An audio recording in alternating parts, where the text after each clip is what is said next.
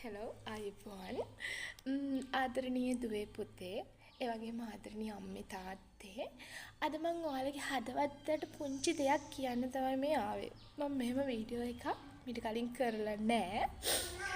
Class එකක් අපි class කරලා මේ මොනවා ඒ කියන්නේ 11 අවසර A level වලට පේපර්ස් වල තියෙන පාස් පේපර් ගණන් සාකච්ඡා කරලා එහෙම ඇරෙන්න මම මේ වගේ වීඩියෝ එකක් කරේ නැහැ. ඒත් මට මේ වීඩියෝ එකක් කරන්න ආසාවක් හිති වුණා. ඒකේ ඇත්තටම අරමුණ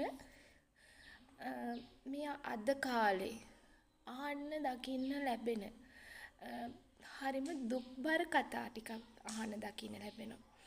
ඉතින් එන්නේ ඒ නිසා තමයි මේ දරුවෙන්ට මෙන්න මේ වීඩියෝ එක මං අරගෙන ආවේ පුතේ.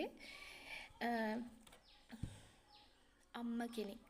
එහෙම නැත්නම් සමහර අය කියන්නේ විවාහ ජීවිතයට පත් වුණාට පස්සේ දරුවෙක් කියන්නේ ඒ දෙන්නට මහා කියන්නේ හිතා ගන්න බැරි තරම් සතුටක් දරුවෙක්. ඉතින් ඒ දරුවෙක් මේ කුස තුල බිහි වුණාට කුස තුලට ආපු දවසේ ඉඳන් ඒ දරුවා මෙලොව එළිය දකින්න තාක්කල් අම්මා කෙනෙක් මොන තරම් ඒ දරුවා මේ කියන්නේ පරිස්සම් කරනවද කියන්න මම අත්දැකීමෙන් දන්නවා. මොකද මමත් දරුවෝ දෙන්නෙක්ගේ අම්මා කෙනෙක්. ඉතින් ඇත්තටම චූටි බඩේ අමාරුවක් ඇතුළත් හිත ගැහෙනවා, බය වෙනවා. ඊපස්සේ ඩොක්ටර්ස් කෙනෙක් ගාවට යනවා. ඩොක්ටර් ගාවට ගියාම ස්කෑන් එකේ ඩොක්ටර් ඇස් දෙක කොහොමද, කකුල් කොහොමද, එයා හොඳයි නේද, නිරෝගී නේද? ඉතින් දුවෙක් පුතෙක් කවුරුණක් කමන්නේ. දුවද පුතාද එහෙම ප්‍රශ්නයක් නැහැ.